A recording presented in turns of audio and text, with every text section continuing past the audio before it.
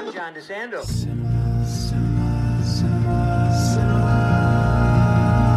Classics, let's go to the movies and share some popcorn, soda pop with our friends. Turn off our cell phones and get away.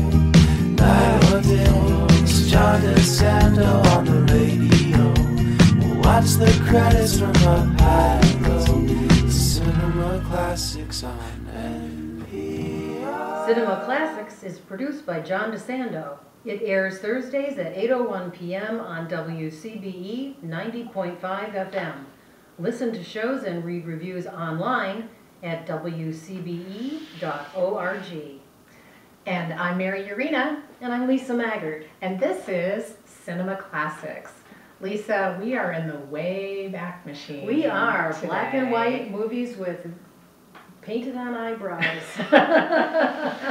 Well, we're so fortunate in Central Ohio because Kappa Summer Movie Series is one of the longest running classic movie series in the country. And every year they choose at least one, if not two, Alfred Hitchcock films. Mm-hmm. And earlier this season they showed Dial M for Murder. But we're going way back to his British period for The Lady Vanishes, which is upcoming on August 23rd. What can you tell us about this very classic film? Yes, it was not one I was familiar with Hitchcock's oeuvre, having come all the way back to 1938. And it was one of the few dozen films he had directed in London and England and all over England before being brought over to Hollywood by producer David O. Selznick. So this film, back 1938, pre-World War II, so it had a few little overshadowings. It was kind of watching it thinking, had they known what was coming in the next 6 years, it was kind of an interesting take on that part. I agree. I actually picked up on that as well because you got the sense that Hitchcock was using the characters in the film to make somewhat of a political statement about the posturing of governments, because during this time the Nazis have already been elected to the German government, and you have other fascist risings in Italy and other types of things, and so the characters in some ways very subtly were used to represent how other countries were reacting. But not in a direct way, because this film was started off and based in a fictional Eastern European nation that they were all trying to get out of on a train that was encumbered by an avalanche. So a lot of people are stuck in a hotel, and we meet a lot of the characters in a hotel up in the mountains, and then they subsequently get on a train. Some of the people had met in the hotel, and from what happens then, a lady vanishes, and one of the other women that stars in the movie is on a mission to find this woman when everyone on the train is telling her the woman doesn't exist. Exactly, and the protagonist is Iris, a British woman who is on her last girlfriend fling vacation before she returns to England and has to marry this mysterious man that we never meet. No. And who becomes her partner in crime, or not crime, if you will, is Gilbert, played by Michael Redgrave in his cinematic debut. And what a hunk he is. Oh my goodness, he was just so handsome, and you'll probably recognize his surname, Redgrave. Absolutely. He's the father of Vanessa and Lynn Redgrave, grandfather of Jolie and Natasha Richardson. And what a charming, lovely man who apparently had to get talked into doing this By movie. Sir John Gielgud, his theater buddy. Yeah, and he was all theater, and he really didn't want to go do a movie, but it ended up being a real star maker for him from a movie standpoint. Well, and interestingly, his reticence about the film, he was still unsure once he had started shooting, and I heard through one of the interviews that I listened to that Paul Lucas, who plays Dr. Hartz in the film, actually took him aside early in the production and said, you need to take this as seriously as you do your stage acting, because this is going to last forever. And he took that to heart, and in a later interview, much later in Michael Redgrave's life, he actually said that made a world of difference to him and how he approached the work. Because he and Hitchcock did not actually get along very well. Redgrave wanted more rehearsal time, and Hitchcock did not. No, and so this is the very only, quickly. They did. This is the only film that Michael Redgrave made with Hitchcock. So Redgrave, playing Gilbert, was a musician that Iris met in the hotel, and they kind of joined forces to try to figure out where this lady, Miss Froy, is and where she vanished to. And the camera just loves this guy. I mean, he's just got these charming little quirks and smiles, and just very easygoing, not in a style you normally associate with 1930s video movies, where things were a little more stilted and drawn out, and movements and facial things are normally in that time period were just more elongated. And I think it was still part of that transition of maturing from silent films to talkies. Yes. And that's one of the things, I think, why this movie is on the British Film Institute's list of the top 100 of all time, because it did set a tone for a new way of showing characters in a more naturalistic way, with quicker pacing on how they spoke to each other in a more conversational manner that you don't always see in 1930s films. And I think we also see in this film a lot of what became hallmarks of Hitchcock films that we later came to know during his American period, which started shortly after this. First of all, I found this to be one of the wittiest Hitchcock films, especially if you know Britain and know British humor. There's one point where Iris and Gilbert want to bring all the British passengers together on the train, and they look at their watch and it's 3 or 4 o'clock in the afternoon. Like, where would everybody be? They're having tea in the cafe car. Yes. So stuff like that. Oh my gosh, made me laugh out loud. I laughed out loud 8 or 10 times.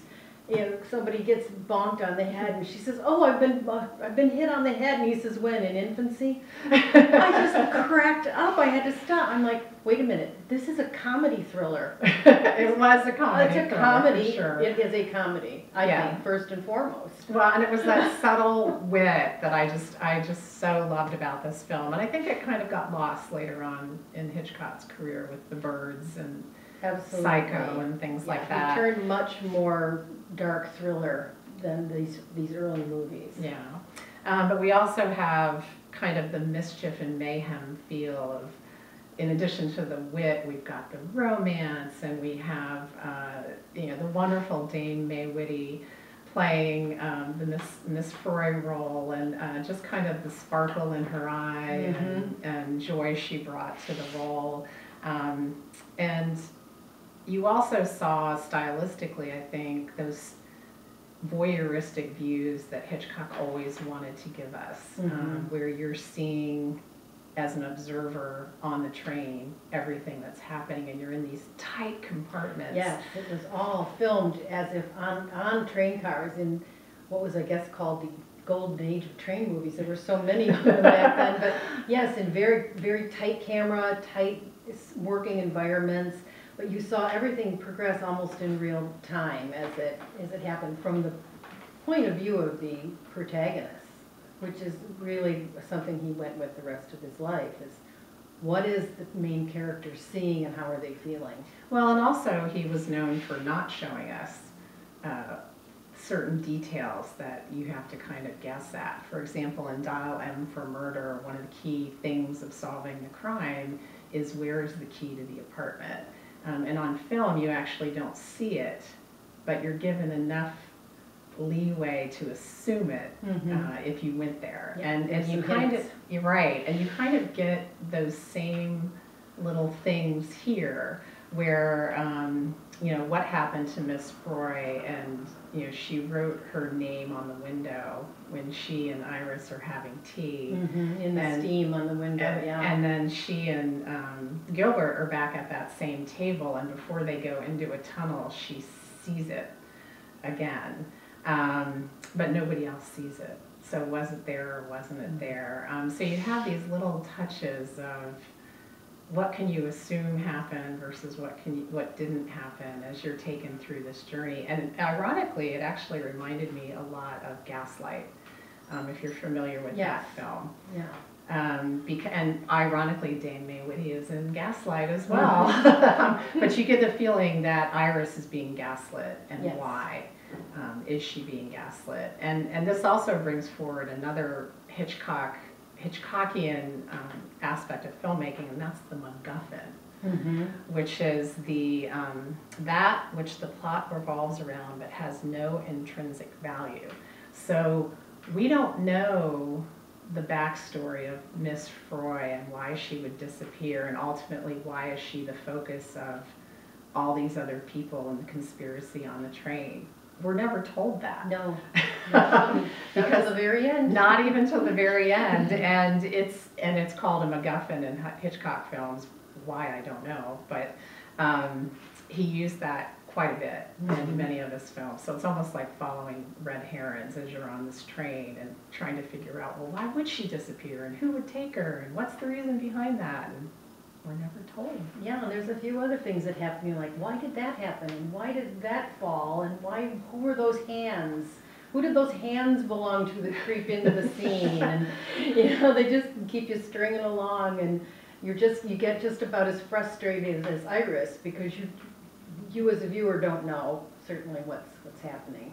And we've been remiss in not mentioning that Iris is played by Margaret Lockwood, who's an actress that we may not be as familiar with in the United States. Mm-hmm. And she's one of the few brunettes that was a heroine for I think probably Hitchcock. the one and only. It wasn't one of Hitchcock's blondes.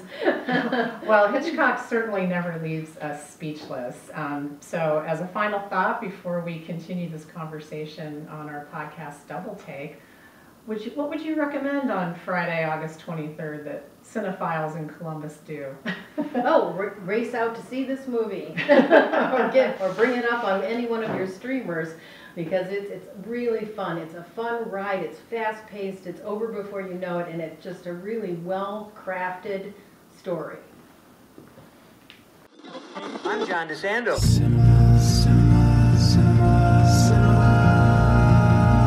Classics, let's go to the movies and share some popcorn, soda pop with our friends.